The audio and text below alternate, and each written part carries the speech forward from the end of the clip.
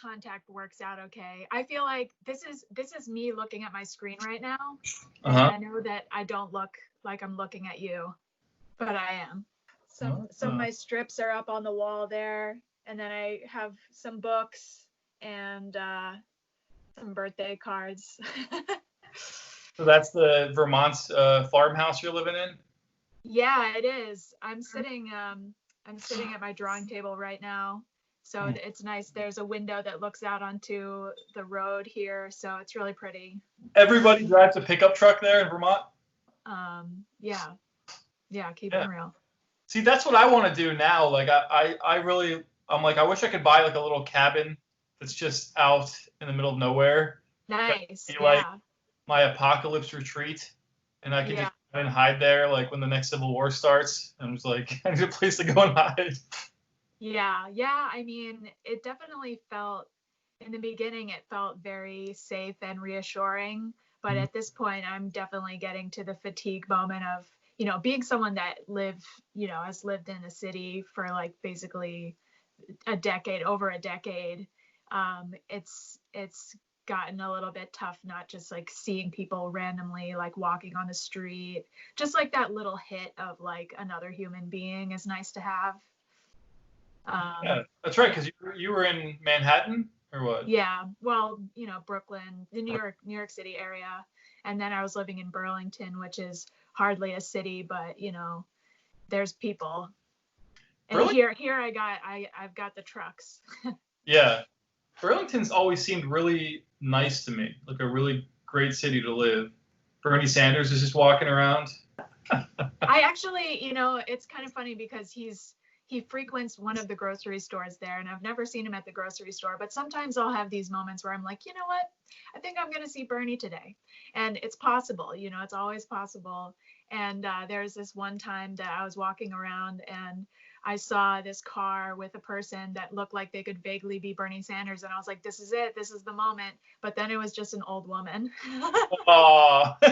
But then later that afternoon, I saw him walking down Church Street, which is like the main drag, and so the ESP, good for something. He doesn't walk alone, does he? He did that day. He did that day. No security detail. He's not worried. Damn, Bernie. I miss Denver so much. Where do you feel like is your home? Vermont is your home? Yeah, at this point, I feel like Burlington is my home. And I'm actually going to be moving back there in August, so I'm looking forward to that. I definitely miss it. I was having that moment too, where like you're describing, where I'm like, I need to live in the middle of nowhere, cabin in the woods, get me out of here. Yeah. But you distance makes the heart grow fonder, I guess, or it's always distance makes the heart grow fonder, or out of sight, out of mind. Yeah. Well, that's the thing. Like, I miss Denver a lot, but I'm not sure if it's the Denver that exists anymore. Like, I think the Denver that I miss is gone. Like, I think that's just been totally gentrified out. And if I went back to Denver, it would just feel like not the same place because all the people and places I knew when I was there are gone now, you know? Yeah. So, Yeah, it's the community, like that just makes such a big difference. And have you been productive at all during the shutdown and everything? no, I mean, it's a good thing that I have my strip, because otherwise I probably wouldn't be making anything. I've just been like stressed out and affected by everything that's happening. But I've been trying to read and just kind of like get into some more stuff, but it's really affected my work and the kind of work that I'm making. Like Rachel Lives Here Now, the strip, it's a weekly. So I for the longest time have just been in the habit of writing it every week, and just, it's whatever comes up that week. But ever since I moved out here, like I don't have the same material. Like I said, there aren't people all around, and like I can't just have those random, no one can now, just have those casual interactions that kind of like spark something. Mm. So in the absence of that, I've really had to go somewhere with fiction. And I'm finding myself, I had started these characters earlier in the year before, the shutdown of everything. And so I've just been kind of growing their story. And instead of writing it week by week, I just like sat down and wrote like the scripts for like 6 weeks, which I've never done in my life. Wow. And I have no fucking idea like what is gonna happen with these characters. Like I'm just like the paper is gonna be so like weirded out by this storyline. But like, you know, one of the only things that I've been reading is Moomin. And I've just been like really into that style of storytelling. And it's like, I mean, it's so stream of consciousness in a lot of ways, and sometimes she'll just like drop storylines like, oh, that didn't work out, or just have these like moments of like weirdness. And I've just been really appreciating that and trying to introduce that like feeling of freedom and fluidity into the writing that I'm doing. But at the same time, you know, since that was a daily and this is a weekly, you really have to trust that the readership is going to be like on top of it and not just like picking up and randomly reading like every now and then, because they won't understand what's going on. So we'll see. And what do you do with that? Are you going to print it up as a collection, the whole storyline eventually? I mean, maybe it depends. It's like I've just been kind of like shopping it around with people, but I don't know. I don't know if I'm gonna be satisfied with it. It's just like all being born out of the like weirdness of this time, and I think like you can see people making like really different creative work, and like it's some of it is successful and some of it isn't, and I don't know if I'm gonna feel like this is successful. I don't know. And I'm wondering about the newspaper though, because every weekly it seems like is closed down. I mean, 7 days still going. Yeah, 7 days is pretty strong. I think like this is just another testament to Burlington, that there's enough you know, local support, and just the climate there of the way that businesses operate and the kind of support. It's like, you know, people read that paper, people actually read that, and people actually advertise in it. And there are businesses that are just like really tied to the ethics of having a community place. So as far as I know, they've been doing pretty well. They did publish like a full page tobacco ad recently, like not in the, you know, a couple months ago before everything happened. But I was like, like this seems, it was like a full page tobacco ad and then a full page anti-smoking ad. So they're just grabbing the money. Yeah. Yeah, they're doing what they can. I mean, it's really been amazing to see them be able to weather the storm right now, and a lot of people came forward to support them. So I'm proud to be a part of the team there, and I'm glad that they're doing well. Yeah, I've been with the comics. Like basically, I paused work on the book that I was supposed to be working on because I'm just like can't concentrate on it really. Yeah. And I just started doing like a mini comic just about working 2 jobs, like when I was like 20 years old, Yeah. and just like reflecting on my own life. I think I've seen some. Have you been posting that on Instagram? Yeah, I posted some of it on Instagram and then stopped because I want to print it up and actually sell it, so I don't want to give it all away. Yeah, right. Yeah, well, that was fun to read. I like that. Yeah, thank you. Yeah, I've been making other like diary comics that will never see the light of day.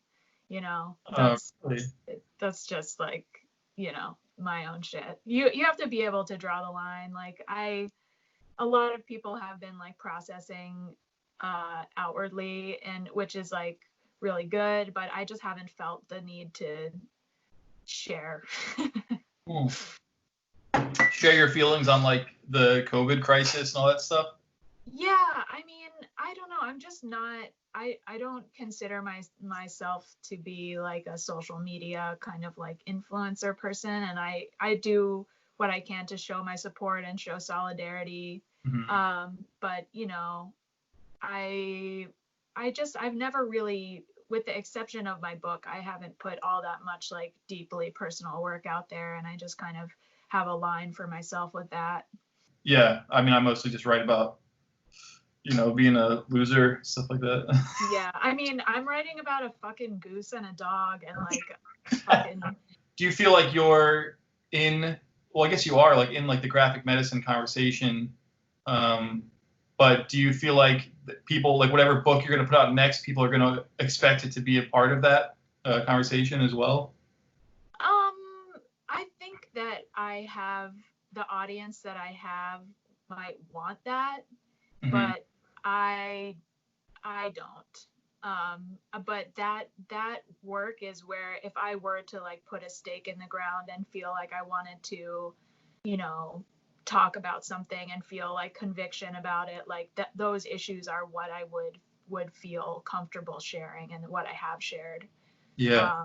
Um, that's like my political, there's a degree of political stuff going on there.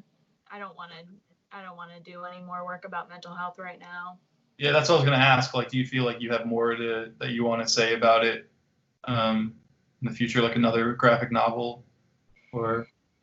I have to come out on the other side of some stuff that I'm dealing with right now, like once I'm in a place where I feel like really like, okay, like, I feel like really good about where I'm at and I'm at a point of like super stability, then that's the moment when I can really engage with that stuff, because it's just like really, it's very, emotional and draining and destabilizing to like get into that stuff. I mean, that book was pretty successful, right? RX. Yeah. I mean, I'm continuing to. I just had an article come out in World Literature today, which was like pretty crazy. And that was that just happened, and it came out in 2018. So Yeah. it's kind of been having this like ripple effect, and it's being taught in a lot of schools. So I think, I'm really grateful to everybody in the graphic medicine community, because they really helped me elevate that work and kind of, put me on a nice trajectory to be in the conversation, like just in graphic medicine, but also more broadly. I mean, I feel like, yeah, I mean, that's the only thing I can really say about it. It's like it's a valuable piece of work. And I think as cartoonists, like we're always chasing after a story that will be like a perennial, that like they'll keep in print in different volumes or different editions and things like that, and that it'll continue to sell and to be read by people. And I think that you probably did that with your first book. So Yeah, that's thanks. jealous. I hope so. Yeah, I've got to do something.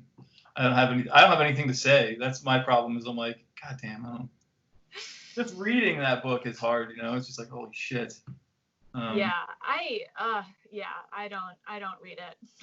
It's funny because like as little work as I'm making right now, like, well, I did have some freelance work that I just finished up, but as little work as I have right now, and like, little my whatever brain block I'm having, I got laid off from this job that I had just started working like right before the pandemic.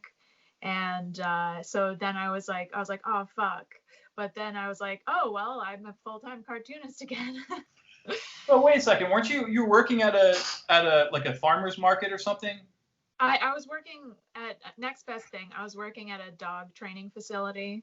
Oh, So okay. it was kind of like a doggy daycare / like dog behavior place. So bad doggies, some good doggies, a lot of bad doggies. You were doing that while you were just keeping your comic on like your website or something like that? Is because you had so what I like your comic was kind of getting popularity on the internet before 7 Days picked it up. Yeah. But I'm trying to work out what the timeline was. Like all that was happening after New York City. Yeah, so I had a couple jobs since I moved to Burlington, but yeah, I moved to Burlington in 2013. I started Rachel Lives Here Now. So I've been doing Rachel Lives Here Now for like 7 years, which is like pretty a long time. Yeah. And so then I got into the paper in 2016, which was like a month before I got my book deal. So that was a big year for me. And Yeah. so I've been in the paper since then. And I've probably done about 300 Rachel Lives Here Now strips like in that time. Wow. So you were like how did your website or how did your webcomic start picking up steam? Like, how did people start seeing that stuff? Well, I worked at the co-op in town, and I used to just like, it's a Tumblr. It still is a Tumblr. But I wrote down the address on pieces of receipt paper and would just like give them out to the customers and just say, oh, I'm a cartoonist and this is my stuff. And a lot of it in the beginning was about just like the most like basic kind of impressions of Burlington and the culture and lifestyle there. And then, you know, they got deeper as I went on living there. So, you know, a bunch of you know, people are really into the community there. I mean, like everybody that lives in Burlington, like really loves living there for the most part. There's like something about it that's just like, you know, it's just a very loving place. Yeah, that's interesting because it's like its own little world. Like, yeah, it's good and bad. It's good and bad. I definitely was like, I have to get the hell out of this bubble, you know. But now I miss miss it. So I don't know. It's just I don't know. I'm a hypocrite. What can I say? Well, you still have a presence there in print. Yeah. I mean.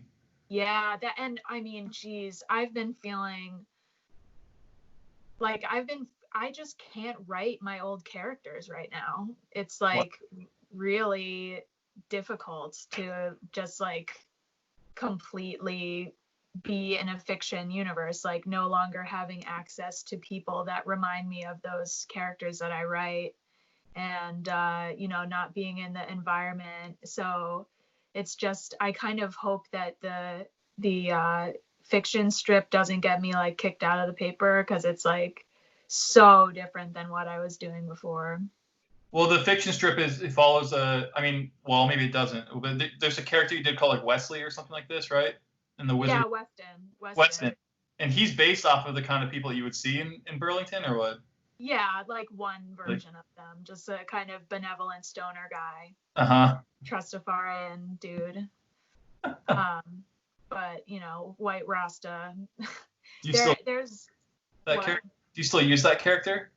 No, I mean, I'm just using the dog, the goose, and the egg right now.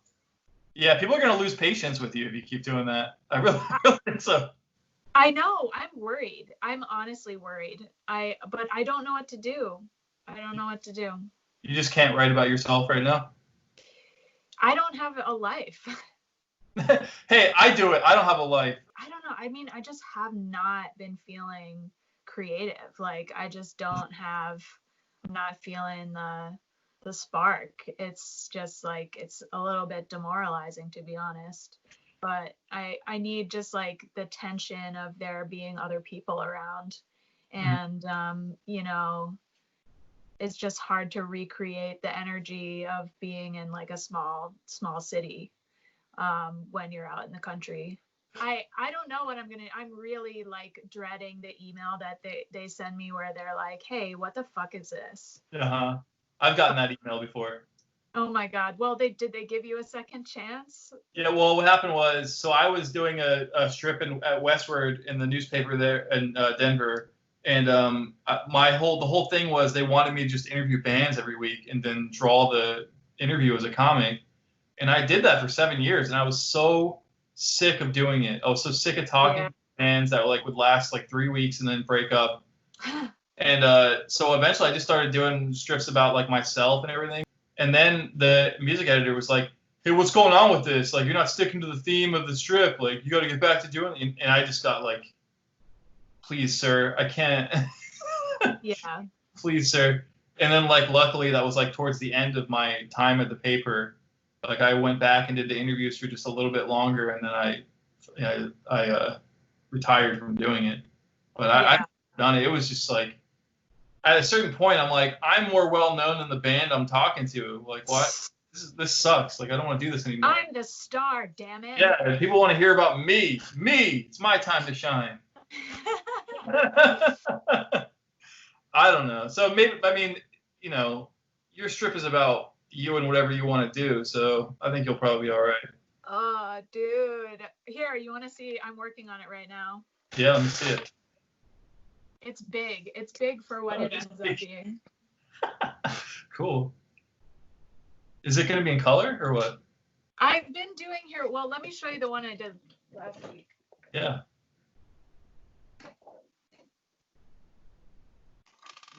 I've just been doing like very Oh, I don't know if nice. you can see that. Yeah. Yeah, doesn't it look pretty? Yep. It's just colored pencil, but doing like a limited palette. Because I mean, for the amount of time that I spend on it for what I get paid, you know, I try to like be a little bit reasonable. And like, I just hate doing digital coloring. I mean, you know, you work in black and white. Like, Yeah. I just like become, you know, I'm in love with like the line art. And then once you get into the digital coloring, it just kind of, unless you're like really good and like have tons of time to spend on it, it just kind of deadens the line. At least like that's how I feel about it. Yeah, no, that's why if I'm doing digital coloring, I scale it back to 77% so that it's super faded so that it doesn't interfere with the line. Yeah, totally. Yeah, I actually used to do that too. I would like change the opacity of the brush. That and like the earlier when I was doing the blog, I always colored them, but it would take me like 20 hours and like I was in a different like state of energy at that time. I was like, yeah, here it is. The enthusiasm wanes. Yeah, I know. Well, I don't know. I'm just like fucked up right now. I need to like what I should really do is, you know, I have that character Cat Lady, and like people love Cat Lady and her anxious cat, but you know, it's like the only thing that's going on is like quarantine stuff and like, you know, these, you know, very difficult to talk about in a humorous comic strip events in our country's, you know, history right now. Quarantine comics are about to become like its own genre. Like after all this stuff, everybody's gonna have a graphic novel about what they did during the coronavirus. It's like it's gonna be so much. It's you know, we'll see that there's gonna be a big anthology. It's gonna be a massacre for like small bookstores and comic shops for a while. But I'm confident like all that stuff is gonna be like resurrected. Over time, things will heal and people will be able to open new comic shops and new small bookstores and things like that. But yeah, it's going to take some time. Yeah. But I don't know. I'm pretty optimistic about the future of what we do. Like, I think it's going to be fine. I know, like, I still have to keep doing it, and I still have a lot of stories that I want to tell personally. And I know people like you do and other cartoonists that I talk to and stuff, everybody still wants to keep working, and people still want to read it. So, you know, it'll be fine. Yeah. It's just going to be a bummer. It's just we're all going to be broke for a little while, that's all, you know? Yeah. I mean, it's that's definitely a very real situation. Yeah. So tell me about how California was, because last time I saw you, you were going to go to California. Oh my God. And you were just like razzing me about the coronavirus. And I was nervous about it. Okay, background. We were at SwanCon and and I was heading out to LA to record this podcast and like my, you know, last gasp of promotional whatever. But then it was like March, what day was it? It was like March 8th or something, which like everything kind of really went down on like March 10th, March 13th. And so I'm in LA, which is, you know, one of the places that there was a big, you know, one of the outbreak places at the time. And Noah was being very testy about me going out there. I don't know. I think you should go out there. I thought you need to be safe and you need to stay home. That's what I felt. Yeah, I know. I was nervous about it, but I was just like, I got to do this thing. Yeah. So plus I would have lost all that money. But anyway, yeah, it was really tense and scary in California. It was like people, you just felt like this feeling of impending doom and like terror. And but I'm glad that I went to the movies. Last time I'm going to see a movie in the theater for a long time. What movie was it? What was the last movie you saw in the theater? Portrait of a Lady on Fire. Oh, I wanted to see that. Yeah, it's on Hulu. Okay, I want to watch that. That looked really great. I would have seen it. It was great. So you went there. Was everybody wearing face masks at the time or not? nobody. And I mean, the most that anybody did was when they were traveling, like disinfecting the seats and disinfecting stuff. And it was kind of funny because at that moment, you know, I was doing it and I bought a mask. They had a mask at like the Hudson News place, you know. But you know, people were like, that's ridiculous. Like you could tell that people really like did not think that that was necessary. And like I remember that, you know, sharing this moment with this other woman on the plane who was like, well, I guess we're doing it, right? You know, like that it was not, you know, we were being kind of ridiculous or something. Like here we are, the hypochondriacs on the plane, yuck, yuck, yuck. Mm-hmm. But you know, little did anybody know.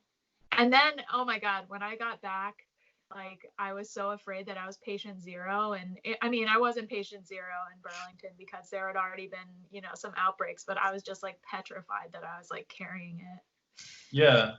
But you made like you survived. Like you didn't get sick. You didn't bring anything back with you. And No. yeah, that's pretty amazing. I mean, I went to New York City like maybe right after SwanCon or maybe right before. I can't remember. And Yeah. and I remember people were freaking out there, like it's coming here. And I mean, it obviously was already there, but nobody really knew it. Yeah. And yeah, I mean, the guy I was staying with had a face mask, and he had one for me, and it was Wow. kind of scary. And I did an event at Desert Island Books that was like crazy. It was so awesome. That was the last signing maybe I'll have done for a long time. And Wow. Yeah. Oh my God. It's really weird to think about, isn't it? yeah, and it's like now, like as soon as I left, when I got back home, that's when it started really blowing up in New York City, where like everybody was like freaking out and stuff, Yeah. and it was just taking over. But down here in Colombia, like I mean, well, we've been like basically staying inside the house for the past few months, but Amy just went back to work. Oh, So, wow. Yeah, yeah. I actually was thinking about her and like, you know, the nature of the work she's doing, and Mm. she was talking about an exhibition and stuff, and lots of programming that had to go online, I'm sure. Yeah. Well, she's still working on stuff, but it's like I think the museum is only open to members right now. Uh-huh. But you know, once general public's going to be going back in there and stuff, like, I mean, I have to assume we're going to get sick because people are still carrying it around in the protest. Like we were at the protest, I was shouting along with everybody else that were like right Yeah. next to me, and I had a mask on and stuff, but still, like, I don't, you know, droplets are getting in my eyes or something. I don't know. Yeah. That's how it's spread, you know. So it's definitely a lot of layers of scary world right now. It's so weird. And I remember when it was like January 1st, I had so much optimism for 2020. I was like, this is the year. This is going to be great, you know? Oh my No. God.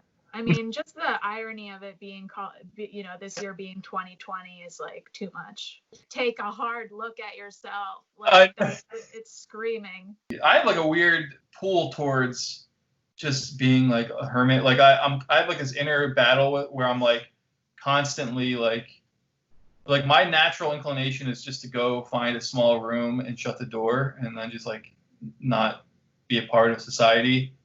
And that's like at war with another part of me that like knows that I need to be a part of a community and to live like a real, like be a partner for somebody. It's like this weird coziness to that, even though it's like the most unhealthy thing I can possibly think of. I mean, I feel like that's like a cartoonist fantasy. I mean, that's not my fantasy. I really need to be around other people. This is like, this time is really kind of destroying me. But you know, yeah, that it's definitely a cartoonist thing to be, you know, in world creation, having this world creation moment. And you know, the more vacuum sealed you can be, the Mhm. more real that is. Yeah, like when I lived alone in Columbus, Ohio, I had an apartment that whenever somebody would come in, they'd be like, "Oh, this is like the coziest place I've ever been." And I created this like really nice little nest, you know, and it was just like I had like an awesome like old movie collection and like this like graphic novel collection. There's like art over the walls, but it was a small place, and I wouldn't leave. Like I'd be in there all the time. I would leave to get groceries until like I met my neighbor Brian, who was like an artist, and we started hanging out a lot. But like before that, like I would have like 2 weeks where I didn't even talk out loud. Oh Like, my God. Yeah, I remember an old comic of yours where you like went out to a coffee shop and you ordered a coffee and you're like, wow, that's the only time I've talked to somebody in like weeks. yes, it's so true. Like I was just keeping to myself in there, Yeah. uh, going down to pick up my mail in the front, and that's it. Yeah. Um, but I don't know. I kind of, it's a terribly unhealthy thing because I wasn't getting any exercise, obviously. But yeah, I don't know. Like I start to look back like warmly on that lifestyle because I'm too introverted, I think. Grand Central Publishing, like, did they send you like a box of these after it was published? Like, Yeah. and then Yeah, those are I what you did brought get. to shows? Well, I had to buy my own books. I actually had to get a grant in order to afford my books for mice. It was like Whoa. 50 bucks was like books was like $700. It was like an insane amount of money. What? Holy shit. So from a publisher, do you get like a 50-50 deal? Like if you I do get half cover price, but the cover price is pretty high. have you ever had any? Oh wait, actually, I think you have. I was gonna say, have you ever had any like film options? Um, there's something that is percolating, but I'm not sure what the status is because I haven't checked in after everything went down, Mm-hmm. and I think that that sort of disrupted the flow and of the pipeline. So we'll see. Nothing is concrete yet, but I've had some really exciting conversations with people about it. For RX, For RX, yeah. not for the Wizard of Life. That could No, be an yeah, animated show or something. yeah, Wizard of Life would be a good animated show. It really would. Um, but I don't know how to I don't know how to option it. I don't know what to do with that. Well, you got somebody working for you to do that stuff. Yeah, well, they have their arm in like a kind of a different space. Hmm. So I'm not sure. I'm not sure who I need to talk to about that. Like someone that's more connected with animation stuff. I don't know. Every once in a while, I'll get somebody who writes to me with like an interest, like a film student or something. He's like, I want to turn this short story you did into a film or whatever. Yeah. I get that kind of stuff, but like I never get like there's no like Fonte Bukowski animated show coming to Netflix. Yeah. That would be funny. That would be really good. I don't know. Maybe someday.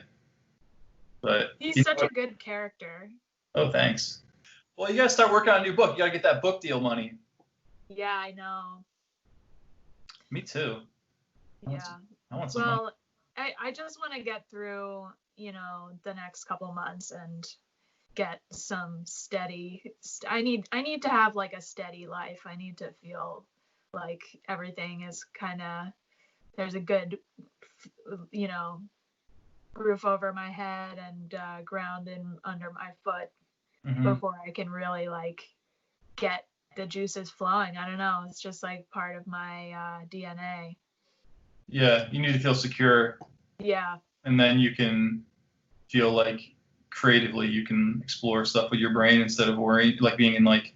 Yeah, that's exactly what it is. Like I just am like worried as hell about many things right now. So it's just, it's driven me into this like weird fictional space because I think I just like don't want to engage with like, I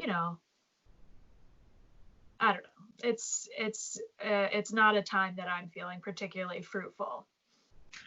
Well, how long does it take you to do a book? Like how long did RX take you? Well, a long time. I mean, I started working on it,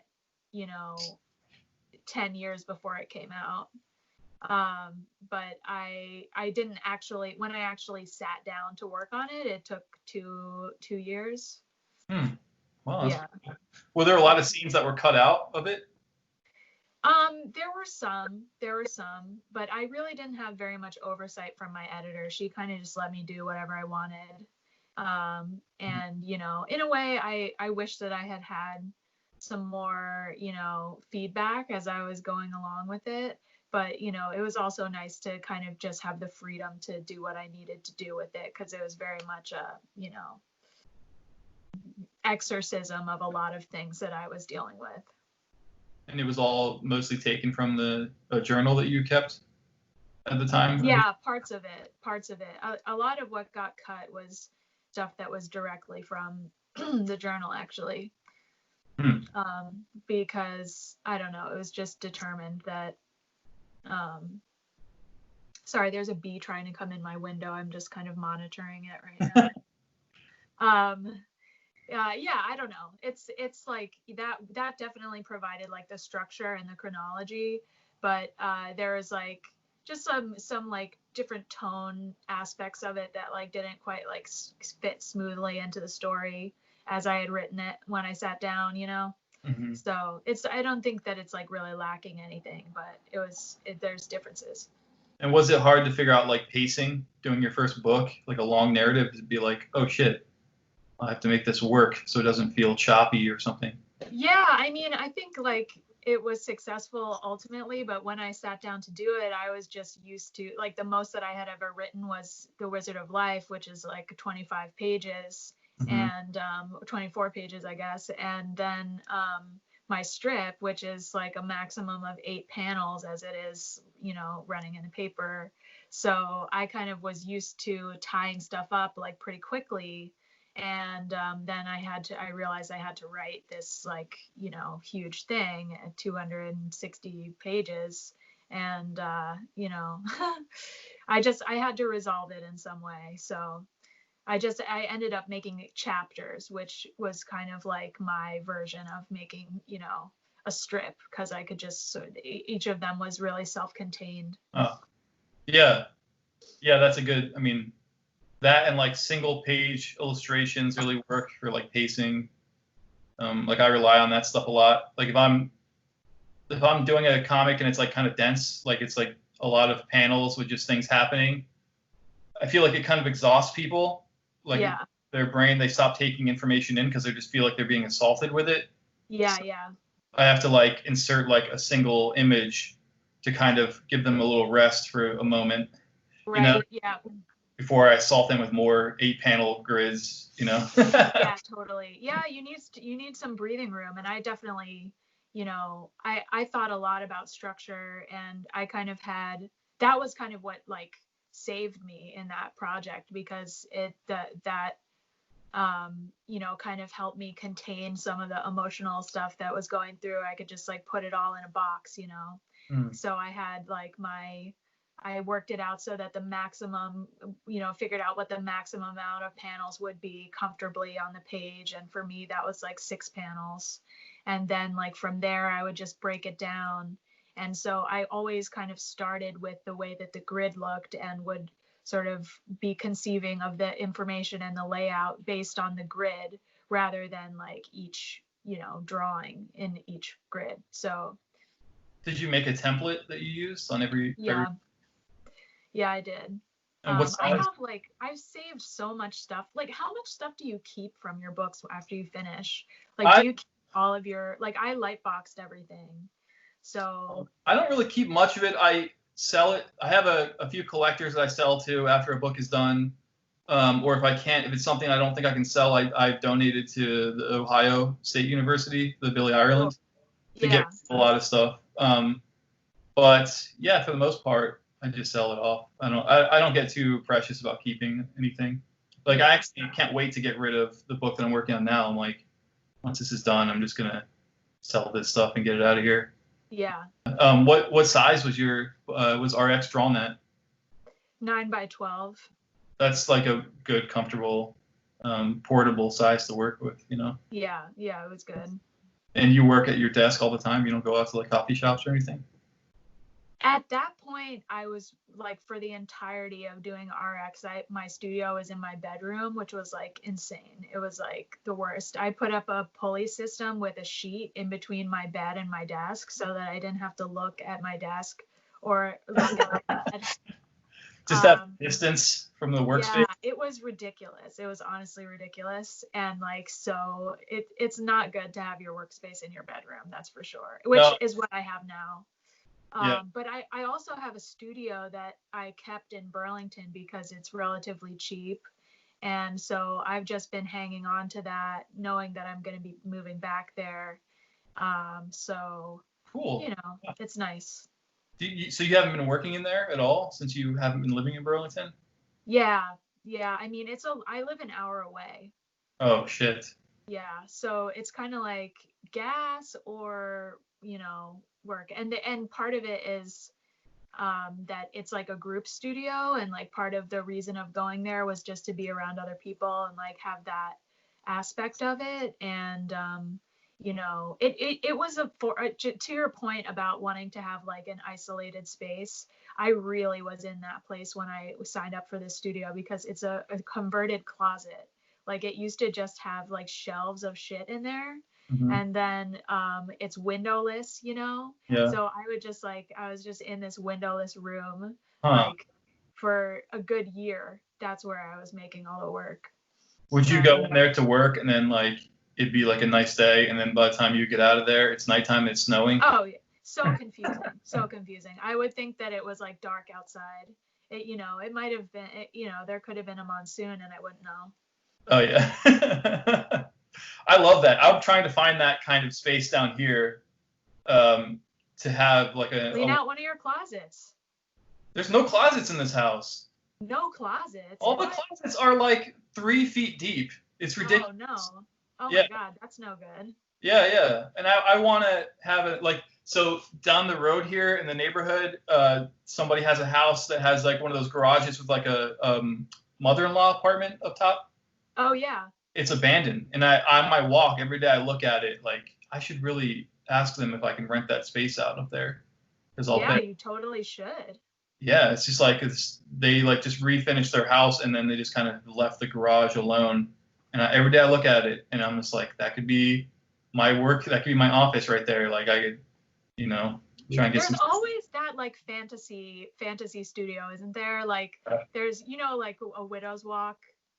Oh That's yeah. Yeah, there's like in Burlington, there's this Widow's Walk that's on this one street, and I'm just like, damn, if I could just work in there for a day. And I think that someone up there, like, I mean, they should like, I'm like, why don't they make it a residency? Like, obviously, that would be Widow's Walk residency. That's pretty cool sounding. There's a lot of cool, like I saw there's a Gettysburg residency. Oh, really? I would Wow. love to I've do spent that. some time in Gettysburg. What's it I like? It's I don't know. I've only been like at the college. I had a friend that went to the college there. Oh, And in all my time there, I never actually went to the Gettysburg, oh, field, because because I don't know. I think I saw it from a distance, but yeah. I never went there because I was always like, we were partying at Mhm. that time. The Gettysburg College mascot is a bullet. I didn't know that. Are you kidding me? But I'd like to do a residency at a battlefield. Like I feel like that'd be awesome. I'd be up working, see some ghosts of like young men. I was just gonna Yeah, say Ghost City. yeah, that'd be cool. I always think about getting a hunting cabin and just using that like to get away and work on something. Oh my God, yeah, you totally should. I mean, there's plenty of that stuff up here. Mm. There's one just down the road actually that's like pretty much open air. It's kind of like funny, and it has like not a drawbridge, like a suspension bridge that goes over this like creek. Mm. And then on top of that, there's this like line of like a cable that looks like a zip line, but I think that it's used to like transport the deer from the camp up to the car. Would it be a good place to work in, or is it like an A-frame kind of thing? I don't think it's not very romantic, Oh, yeah. It's little. You know what I missed a lot was I missed the zoo. I like Oh, I had like such an aching to like just go to the zoo and look at animals, and then I couldn't do it. Um, yeah. but I think it's reopened again, so I might go do that because we have a zoo not too far away from us. And have you been to a zoo in a long time? No, not for years. You get an awful burger and like maybe a disgusting ice cream cone, Yeah. and it just smells like camel piss, and you're trying to eat. Oh man, now that's a romantic setting. That's where you Yeah. really the juice is flowing. I went one time. They had like a zoo event in the evening that was like drink at the zoo. It was like for adults, and you go like all these breweries were set up, and you just go around and get beers and go look at animals. And it was like evenings. All the animals were having sex, so it was like we were sitting there drinking beers, like a big crowd of people were watching these two giraffes like make love. Oh And my God, that's ridiculous. They should have had it be a singles night if that was the case. Yeah, but they kept trying to, like, the zoo staff kept trying to distract everybody, like running over, like, no, did you know that the giraffe's foot looks like this? And they, like, nobody cares. Oh my God, yeah. They're trying. At least they tried to educate people. That's admirable. We're getting different education. Yeah. All right, so I'm gonna eat some lunch, I guess. It's 12. Oh, me too. I'm gonna have a peanut butter sandwich. What are you gonna eat? We'll have to look and see what we have. Probably a can of lentil soup. Oh, that sounds nice.